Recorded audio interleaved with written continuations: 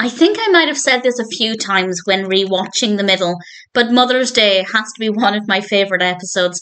This is the 22nd episode of the first season of the middle. This is directed by Barnet Kellman, and as always, there will be spoilers as I go through the episode and share some thoughts. And it starts off with Frankie saying she never wants to do Mother's Day again. It's been an exhausting day. And Mike doesn't understand because his Father's Days are always really, really relaxing. And we then cut to the beginning of the day, and Frankie is awoken at 6:30 in the morning with breakfast in bed. The intentions were there, but Axel flops on the bed and makes a mess, and Sue damages the pasta photo frame that Brick made, and it's just a bit chaotic. And Frankie goes in the shower and says that once she's done with the shower, she's looking forward to opening her other presents, and the kids and Mike panic and rush to the store to get Frankie a last-minute gift. What did they get her? An inflatable foot bath. Not the worst gift in the world, but I feel like if you're going to get somebody an inflatable foot bath, unless they do a lot of travelling, which Frankie doesn't do, then I feel like you should get them something a little bit fancier than a drugstore inflatable foot bath. And I also feel like maybe about when this episode came out, which would have been in 2010, foot baths were really popular gifts. Not necessarily well-received gifts, but I feel like it was around that time everybody was giving and getting foot baths. I never had one. Not that I want one, but I never got one.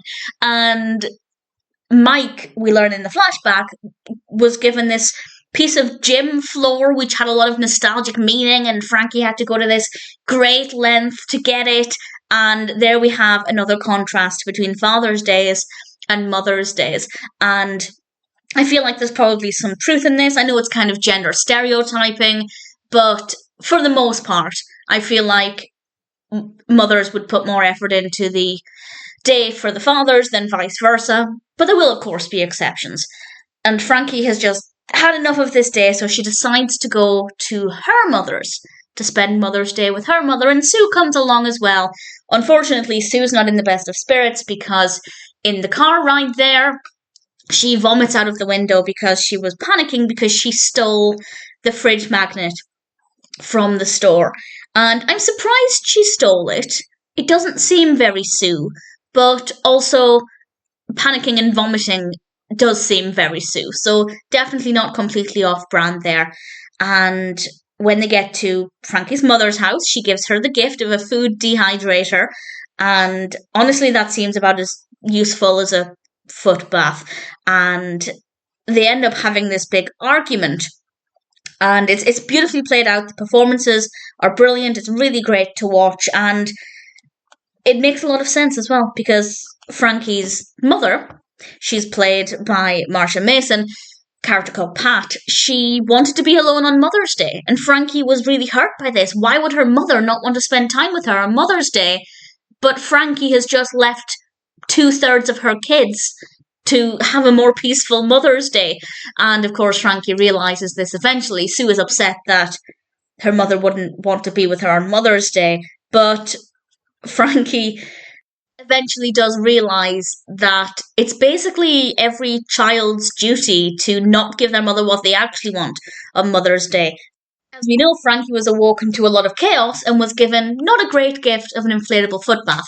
She then brought chaos to her mother's house and gave her mother a food dehydrator, which her mother said she didn't want. And her mother made a good point. She would have to spend more money on fresh fruit to then dehydrate them to get the fruit that she could have got for less money. So I like the fact that it's generational. Every child is going to give their parents something terrible for Mother's Day at some point. Usually when you're a young child. And I can't remember gifts that I gave my mother for Mother's Day, but I imagine they would have been very glitter-heavy cards and handmade gifts and things. It's the thought that counts. And it ends with them getting takeout on the way home, and then Frankie comes to the conclusion that the day after Mother's Day is the real day, and that Mother's Day is for them, is for the kids. And I think that that's a really interesting thought, because I'm not a mother, I have a cat, but I feel like being a mother is a gift in itself. I don't know if mothers would actually believe that or agree with that as a sentiment. But I think it is probably true that Mother's Day is there so children have a chance to show how much they appreciate their parents rather than anything else.